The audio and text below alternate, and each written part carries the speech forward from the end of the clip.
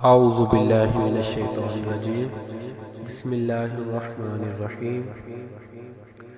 دوستو، آج کی ویڈیو میں ہم وضو کے فرائض سیکھیں گے۔ دوستو، فرائض جو ہوتے ہیں یہ وہ چیزیں ہیں کہ جن کے رہ جانے سے وضو نہیں ہوتا۔ بہت سارے دوست ایسے ہیں کہ جن کو پتہ نہیں چلتا کہ کون سی چیز ایسی ہے کہ جس سے وضو نہیں ہوتا۔ ہم کوئی ایسی غلطی کر بیٹھتے ہیں یا بھول کر ہم سے چھوٹ جاتا ہے جس کی وجہ سے وضو تو نہیں ہوتا، لیکن ہم نماز پڑھ لیتے ہیں تو ہمیں پتہ بھی نہیں کہ ہماری نماز ہوئی بھی ہے یا نہیں۔ تو دوستو، آج ہم ان چیزوں کے بارے میں سیکھیں گے کہ وضو میں کتنی چیزیں فرض ہیں۔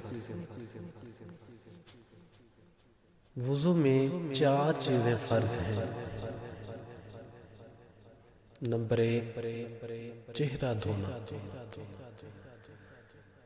دوستو، چہرہ پیشانی کے بالوں سے لے کر ٹھوڈی کے نیچے تک اور ایک کان کی لو سے لے کر دوسرے کان کی لو تک مکمل چہرے کو دھونا فرض ہے۔ اگر یہ صحیح طرح سے چہرہ نہ دھو پائے ہم تو ہمارا وضو نہیں ہوگا۔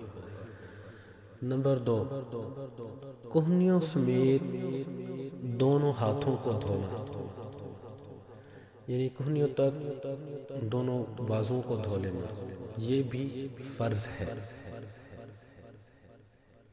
اگر کوئی حصہ خشک رہ گیا تو فرض ادا نہیں ہوگا۔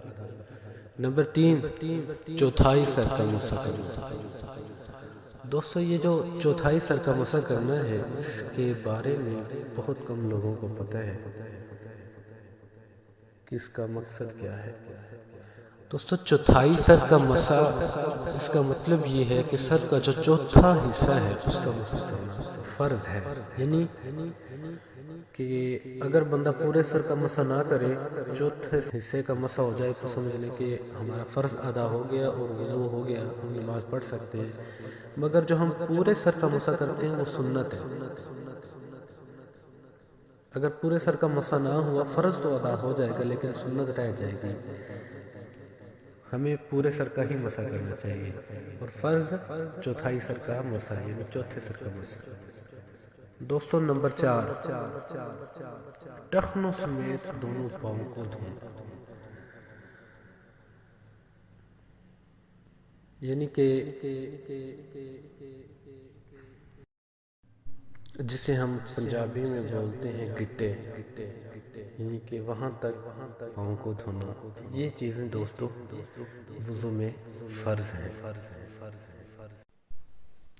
دوستو، یہ چیزیں ہمارے لیے سیکھنا ضروری ہے، تو آپ سب کوشش کیجیے کہ ان چیزوں کو یاد رکھیں۔ اللہ تبارک و تعالی ہمیں زیادہ سے زیادہ مسائل سیکھنے کی توفیق عطا فرمائے۔